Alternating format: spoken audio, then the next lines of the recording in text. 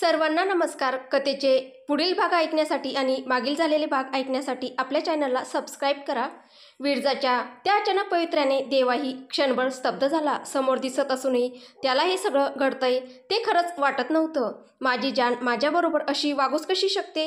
बाकीचेही सगळेच टेन्शनमध्ये आले होते. आता काय होणार कोणाला समजतच नव्हतं की कसं विरजाच्या ह्या मध्यावताराला आवर घालावा. सगळेच विरजाच्या दहशतीला घाबरले होते.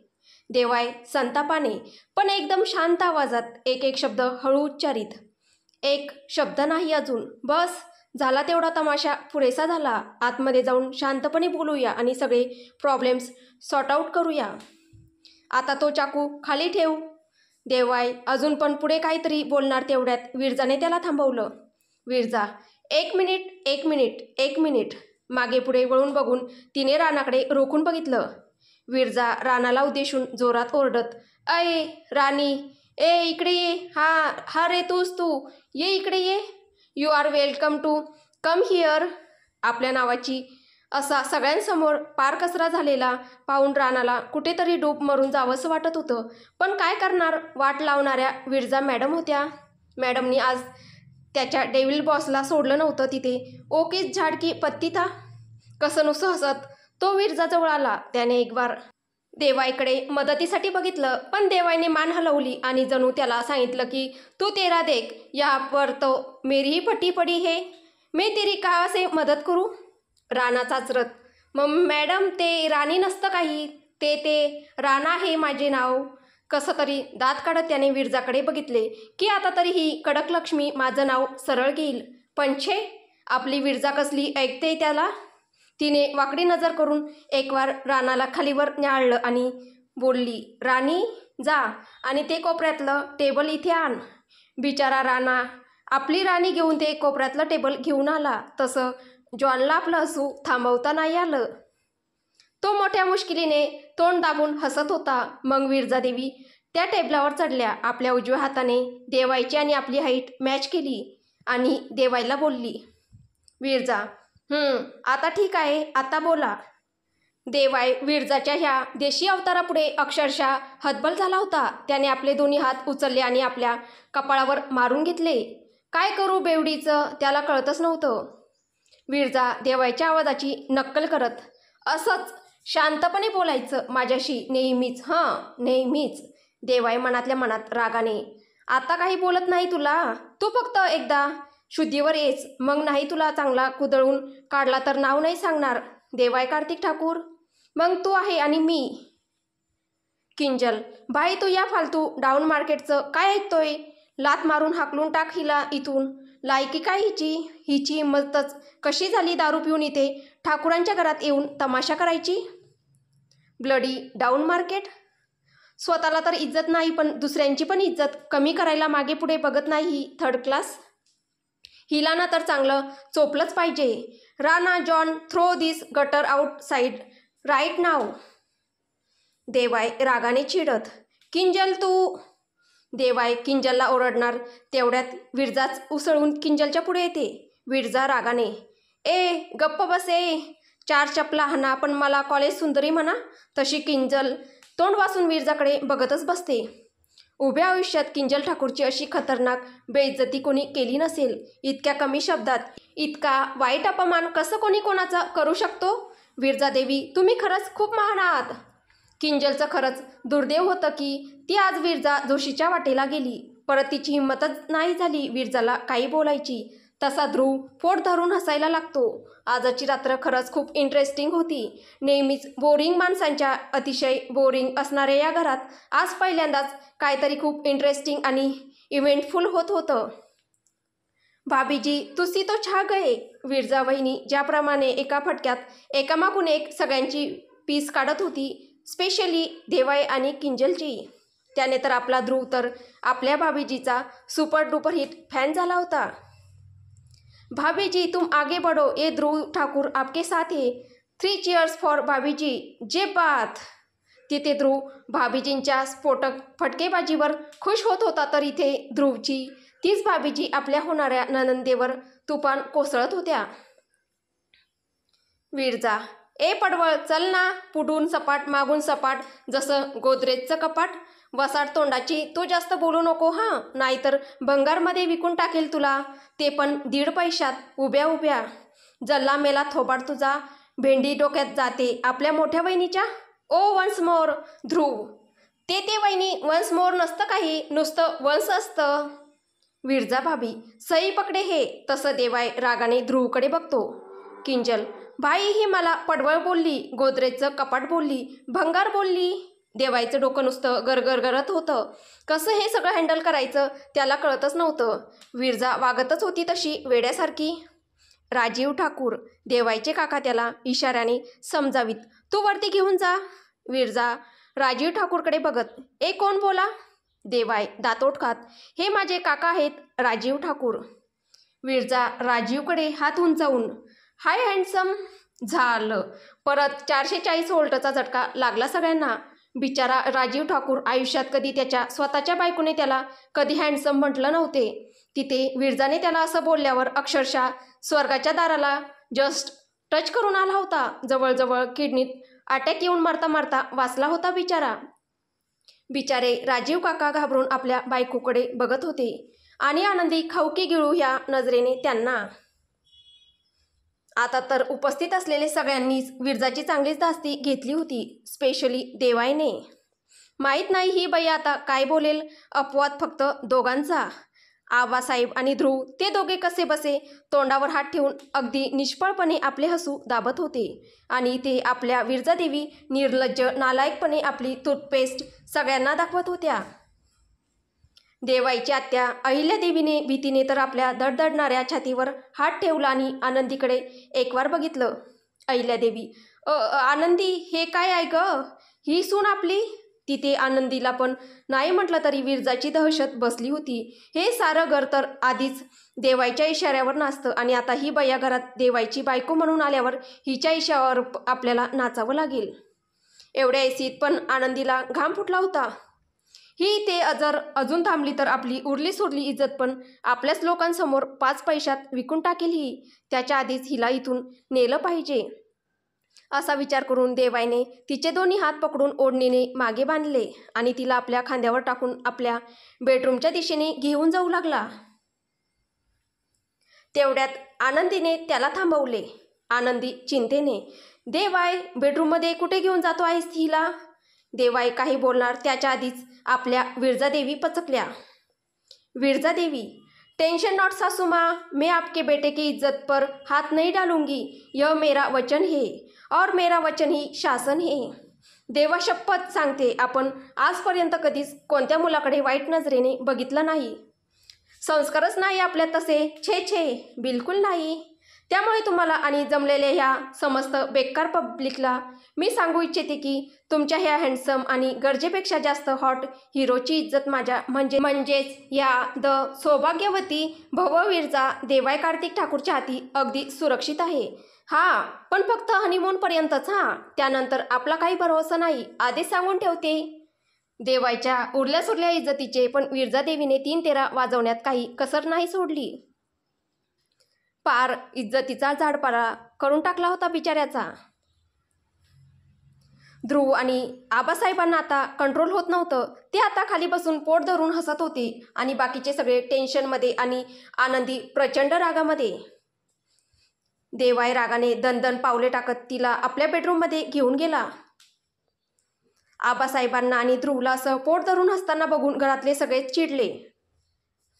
आनंदी अहो आबा तुम्ही असे कसे हसता.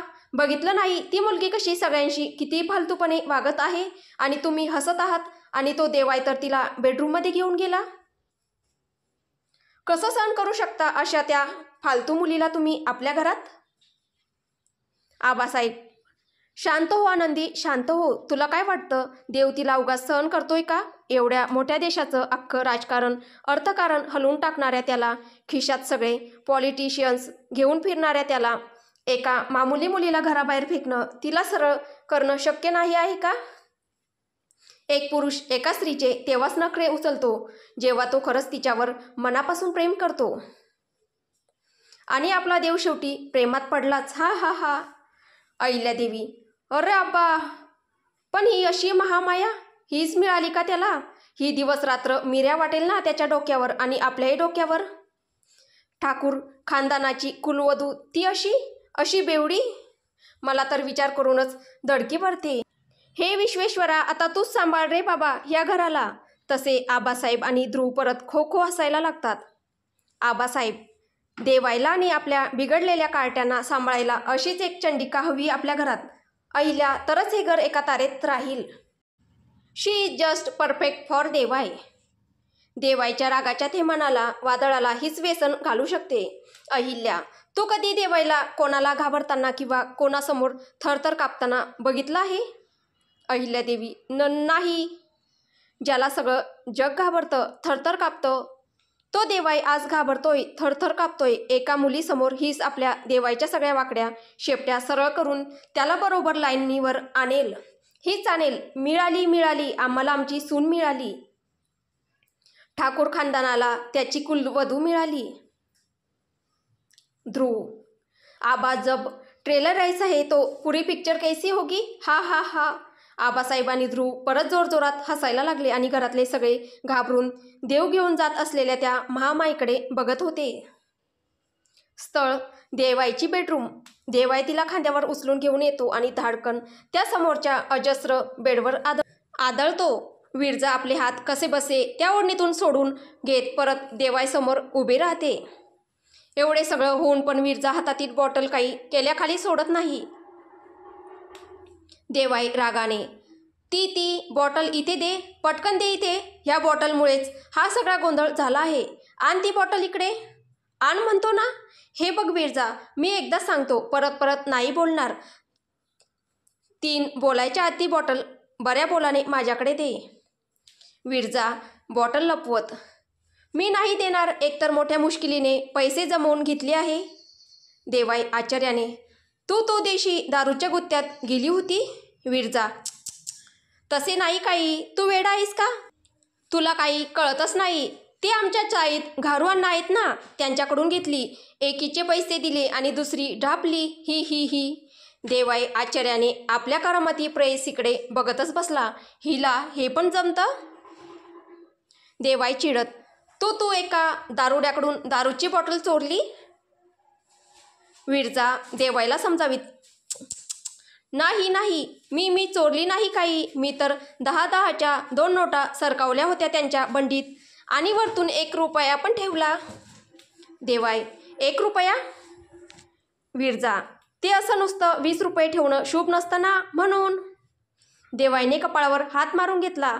ह्या मुलीचं खरंच काही होऊ शकत नाही. शी इज जस्ट इम्पॉसिबल. देवाई रागाने, आज पुरता झाला तमाशा करून की अजून काही बाकी आहे? विरजा, हो बाकी आहे ना. देवाई घाबरून, काय बाकी आहे? विरजा, मला लग्न करायचं आहे तुझ्याशी. देवाई, हे बघ आपण उद्या करूया हां. आता तू शांतपणे झोपून जा, आपण नंतर बोलूया या विषयावर हां. विरजा एकदम आवेगाने, नाही, आत्ताच करायचं. आत्ता इथेच करायचंय, आत्ताच्या आत्ता. देवाई, Viraja, don't try my patience. आत्ता मला खूप राग येतोय. विरजा, मला पण आलेला राग, मलाही दुखलेलं जेव्हा तू मला असं अचानक सोडून गेला होता. ते काही नाही, मी तुला आता माझ्यापासून दूर जाण्याची मुळी संधीच देणार नाही. मला आत्ताच लग्न करायचंय, ते पण आत्ताच्या आता, नाहीतर मी. विरजा इथे तिथे काहीतरी शोधत होती. मग तिला देवाईच्या पर्सनल बार काउंटरवर दारूच्या बॉटल्स आणि लायटर दिसला. तिने लगबगीने जाऊन त्यातली 1 बॉटल उचलली आणि मार्बल फ्लोअरवर आपटली. त्या असंख्य काचेच्या तुकड्यातून त्या वाहणाऱ्या दारूवर तिने तो पेटता लायटर फेकला आणि एक भडकाच उडाला भपकन. विरजा त्या काचांमधून हळूहळू एक पाऊल टाकत पुढे येत होती. आत्ता घाबरायची पाळी देवायची होती. देवाई घाबरून ओरडतो, देवाई, जान प्लीज थांब तिथेच, पुढे येऊ नकोस प्लीज. त्या काचा लागतील तुला. मी येतो ना तिथे, तू थांब तिथेच. मी येतो पाहिजे तर तुझ्याकडे, पण तू नको चालू त्या काचांवरून प्लीज. देवाई अक्षरशः रडकुंडीला आला होता, पण विरजा आपल्याच नशेत होती. विरजा, मग सांग, करतोस की नाही लग्न माझ्याशी आत्ता? घेतोस की नाही 7 वचन माझ्याबरोबर 7 जन्माची? रडवेला देवाय मानेनेच तिला होकार भरतो आणि त्या तुटलेल्या काचांवरून हळूहळू रक्तबंबाळ पावलांनी तिच्याकडे चालत येतो. त्याला त्याच्या जानशिवाय कधीच काही प्रिय नव्हतं, स्वतःचा जीवही नाही. नशेच्या धुंदीत असलेली विरजा त्याला भरलेल्या डोळ्यांनी अगदी हळुवार विचारते, विरजा, तुम्ही करणार ना लग्न माझ्याशी? सोडून तर जाणार नाही ना मला? माझ्या बाबांसारखं कायमचं? ते पण सोडून गेले होते असेच आणि आता वळूनही बघत नाही आहे आमच्याकडे. देवाय विरजाचा चेहरा आपल्या ओंजळीत घेत, कधीच सोडून जाणार नाही तुला, हा तुझा देवाय. उद्या तू स्वतः म्हणशील की जा, तरी नाही सोडून जाणार हा देवाय कार्तिक ठाकूर तुला, आणि हे माझं वचन आहे तुला. देवायने मग स्वतःच्या हातात तिचा हात घेतला आणि त्या पेटलेल्या अग्निभोवती एक एक जन्माची अशी 7 फेऱ्यांची 7 वचने तिच्या समवेत घेऊ लागला. त्याच्या त्या रक्तबंबाळ पावलांवर पाऊल टाकत विरजा देवायच्या आयुष्यात प्रवेश करत होती. प्रत्येक फेरा, प्रत्येक वचन, तिचा प्रत्येक जन्म देवाईबरोबर घट्ट बांधिला जात होता. पण विरजा तो शेवटचा 7वा फेरा पूर्ण करतच होती की तो पूर्ण होण्याच्या आधीच देवाच्या हातातील तिचा हात निसटला आणि बेशुद्ध होऊन ती खाली कोसळली. देवाई अगदी घाबरून गेला. हे असं अचानक काय झालं? विरजाचा हात माझ्या हातून निसटला कसा?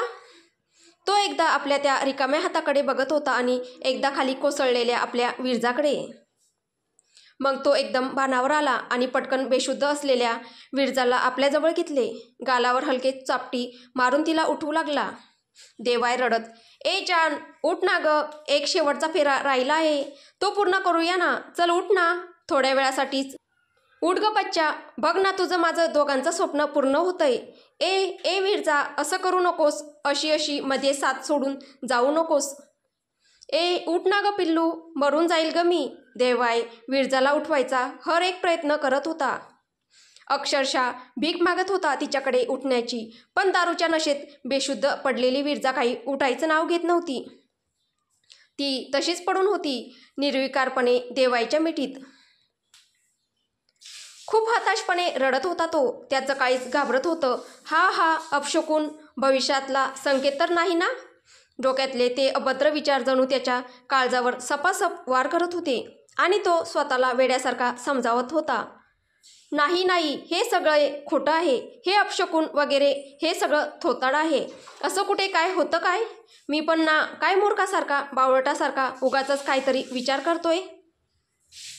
ती शुद्धीत नसली म्हणून काय झालं? मी तर शुद्धीवर आहे ना. मी करेल हा अर्धवट फेरा पूर्ण. तिने साथ सोडली तरी मी नाही ही जन्माची गाठ सुटू देणार. होईल, हे लग्न जरूर पूर्ण होईल. असं बोलून त्याने विरजाला आपल्या दोन्ही हातांवर उचललं आणि तो अर्धा राहिलेला 7वा फेरा एकट्याने पूर्ण करू लागला. पण खरंच नियतीने सोडवलेली जन्माची गाठ अशी ओढून ताणून परत बांधता येते का? 7वा फेरा झाल्यानंतर देवाय मात्र भविष्यात होणारा अनर्थ टाळल्याच्या चुकीच्या समाधानात होता. त्याने अगदी अलगद हळुवारपणे विरजाला आपल्या बेडवर ठेवले आणि आपल्या त्या 6.5 फेऱ्याच्या धर्मपत्नीकडे मन भरून बघितलं. त्याच्या हृदयातील प्रेम त्याच्या डोळ्यातील अश्रू बनून विरजाच्या चेहऱ्यावर ओघळत होते. तो ते अश्रू पुसणार तेवढ्यात जॉनचा व्हिडिओ कॉल देवायला येतो. स्वतःला सावरून त्याने फोन उचलला. जॉन, बॉस, ऑल ओके ना? काही हेल्प हवी का? देवाय अंगठा आपल्या उजव्या भुवईवरून घासत, जॉन, उद्या माझं लग्न झालं ना तर घरातल्या सगळ्या दारूच्या बॉटल्स स्टोर रूममध्ये लपवून ठेव आणि त्याला एक भलं मोठं कुलूप लाव आणि चावी समुद्रात कुठेतरी फेकून दे. चुकूनही एकही बॉटल तुझ्या मॅडमच्या हाती लागता कामा नये. तसा जॉन हसायला लागला. देवाय, अरे हसतोय काय? सिरियसली बोलतोय मी. तसा जॉन बरोबर देवाही जोरजोरात हसायला लागला. विरजाने खरंच आज त्याचा बँड वाजवला होता, तो पण अक्षरशः अगदी सागर संगीत. जे एवढ्या वर्षात कोणाला जमलं नाही ते तिने अवघ्या 2 तासात करून दाखवलं होतं. मान गई विरजा जोशी आपको.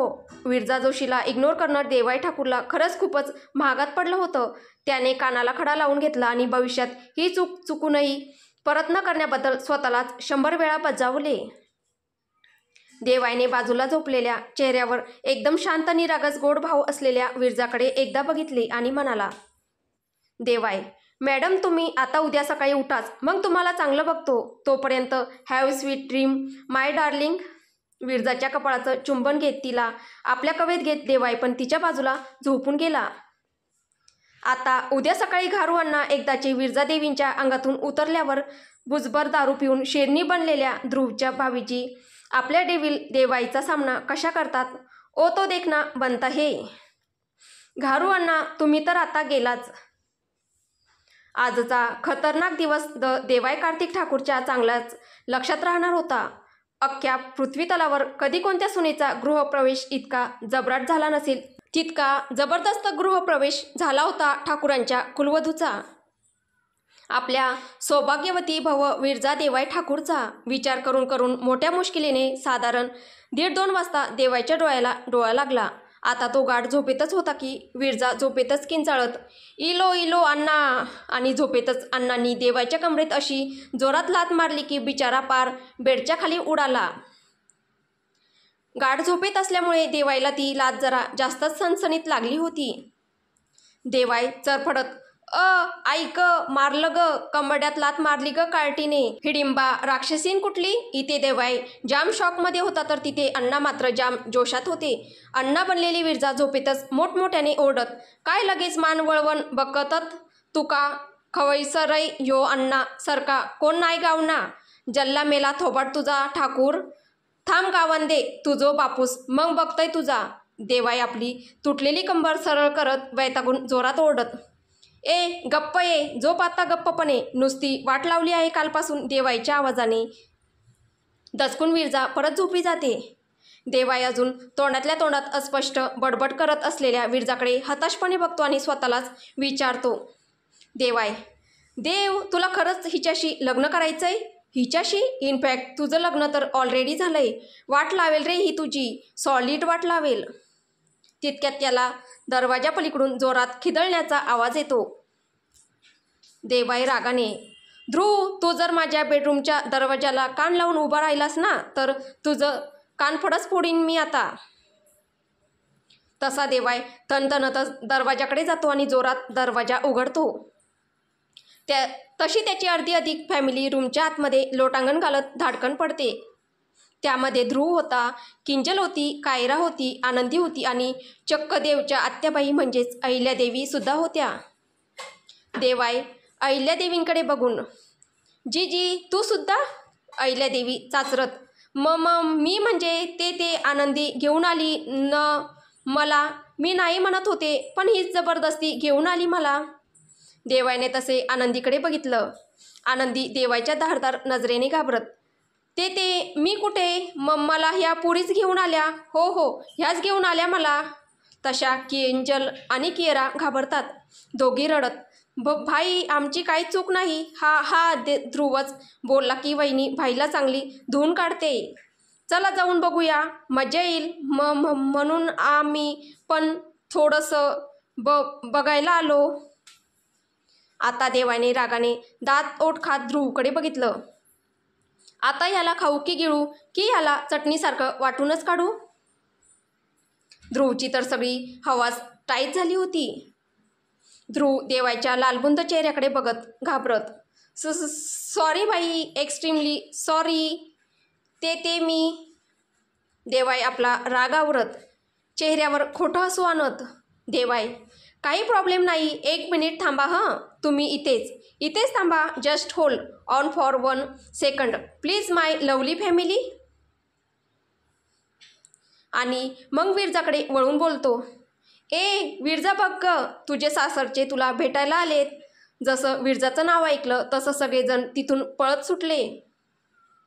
कालचा विरजा देवींचा मध्य अवतार बघता कोणाला तिथे थांबायची हिंमतच झाली नाही. त्या सगळ्यांना कार्टूनसारखं पळत जाताना बघून देवाईने आपलं कपाळ चोळलं. देवाई अवघड आहे देवाई बाबू, खूप अवघड आहे. एका दिवसात पागलखाना करून टाकला ह्या मुलीने संपूर्ण घराचा. अजून काय काय कांड करणार आहे हे कार्टून देव जाणे. वेळ सकाळी 7 वाजता. चांगले आळोके पिळोके मस्त जांभया देत विरजादेवी गाढ झोपेतून जाग्या होतात. अचानक नजरेसमोर तिला आपल्या खोलीऐवजी वेगळी रूम दिसायला लागते. ती डोळे परत चोळते आणि बघते तशी पार दचकूनच जाते. अरे ही तर आपली रूम नाही आहे. हे आपण इथे कुठे आलो? घाबरून ती इथे तिथे बघायला लागते.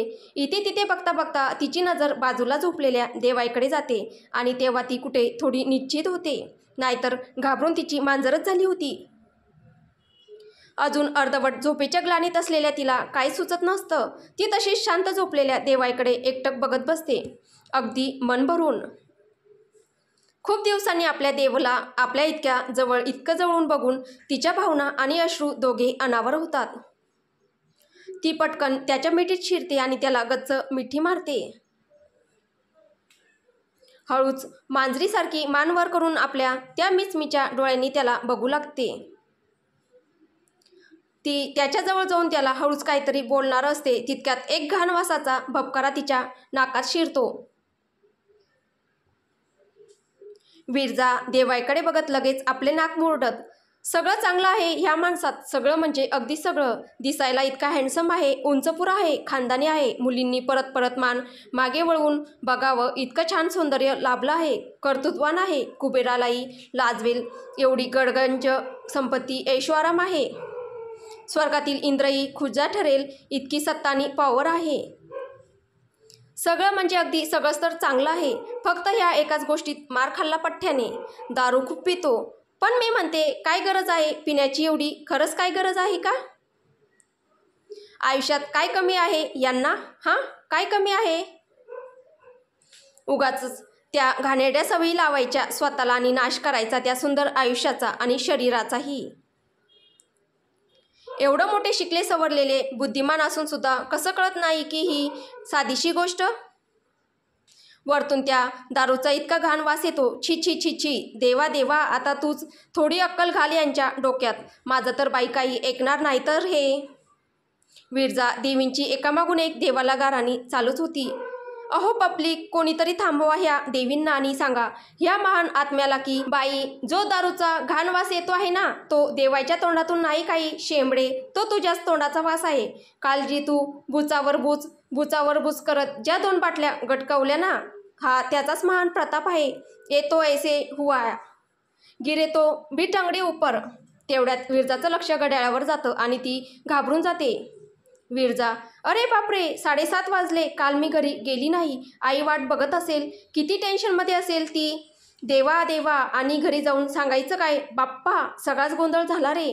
आधी इथून निघायला हवं कसंही करून, मग पुढचं पुढे बघू. स्वतःलाच समजावत विरजा हळूच मांजरीच्या पावलाने दबकत पावले टाकत दरवाजाच्या दिशेने जाऊ लागली. विरजाच्या मगाच्या चुळबुळीने देवाईलाही जाग येऊन जाते. तो अर्धवट उघडलेल्या पापण्यांनी अगदी स्लो मोशनमध्ये जात असलेल्या त्या येडपटाला बघतो. देवाई मनातल्या मनात, बघ कशी कोंबडीसारखी पळत जात आहे. ही मेंटल अजून शुद्धीवर आली नाही का? हिला ना तर आता मी बघतोच. तो चिडून बेडवरून उठायला जातो, पण मग त्याच्याच लक्षात येतं, ही जर शुद्धीवर आली नसेल तर आपल्या इज्जतीचा परत एकदा झाडपाला करेल. नको, त्यापेक्षा मी तिला लांबूनच बघतो. बिचाऱ्या देवाईने आपले पाय जे खाली जमिनीवर उतरवायला काढलेले ते त्याने घाबरून परत बेडवर ठेवले. वाव, काय दहशत आहे तुझी विरजा दोषी. मानलं बुवा, एकदम जबराट.